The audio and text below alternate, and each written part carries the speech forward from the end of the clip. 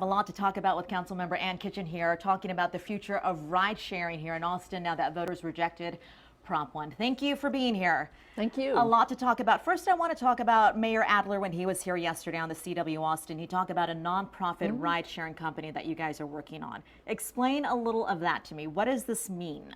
Well, the community came forward. Some technology leaders and entrepreneurs came forward and said, hey, what if we created a local solution, a local nonprofit ride-hailing service that was unique to Austin and that is owned by this community, owned in the sense that it came out of this community.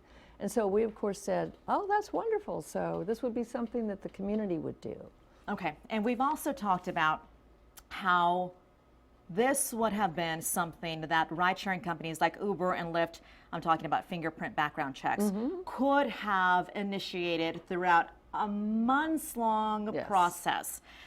So Uber and Lyft, should they decide to operate right now, they really could be operating legally right now if they wanted to? Yes, I mean, what the council did is we did a phase-in, working towards fingerprinting for everybody by next February. So that's almost a year, and we did that because we said, hey, these are innovative companies. We can work with them, they can work with us. We can figure out a way that they can operate here and comply with our public safety requirements. And so Uber and Lyft saying on Monday, we're just not going to do that. We're stopping operations. So who is losing in the end? It's their choice to leave, and they left their drivers and the people that depend on them, they just left them in the lurch. And Councilmember, the critics would say, well, you're asking them to change their business model then. If they have to change it for one city, do they have to do it for the next? And what does that mean for them in the end? Are they going to be left in the dark, losing money, have to change city from city? Well, you know, we can't make our public safety rules based on one company's business model. But the other thing to remember is Uber operates in Houston and has for the last year and a half. With more complicated or more steps to their process than we have. They also operate in New York, which requires fingerprinting.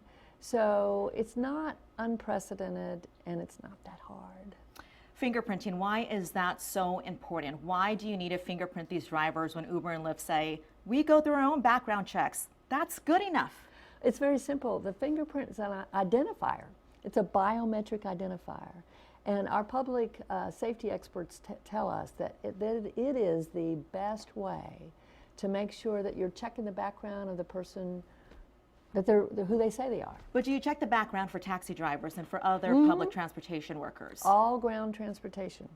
You know, taxis, limos, shuttles, pedicabs, everybody. So Uber and Lyft were the only ones who were saying no to fingerprinting? That's correct. Okay. The future of ride sharing in Austin. Are we going to have more options? Because when you have more options, that means more competitive pricing. Yes, absolutely. More options is important, both among ride-hailing companies and also the whole range of transportation options. Okay, Councilmember, I appreciate you coming in and talking with us, and I'm sure we'll have more to talk about in the future. Are you talking to Uber and Lyft, by the way? They have not. I am not part of any conversations with them. Okay. Will you be in the future?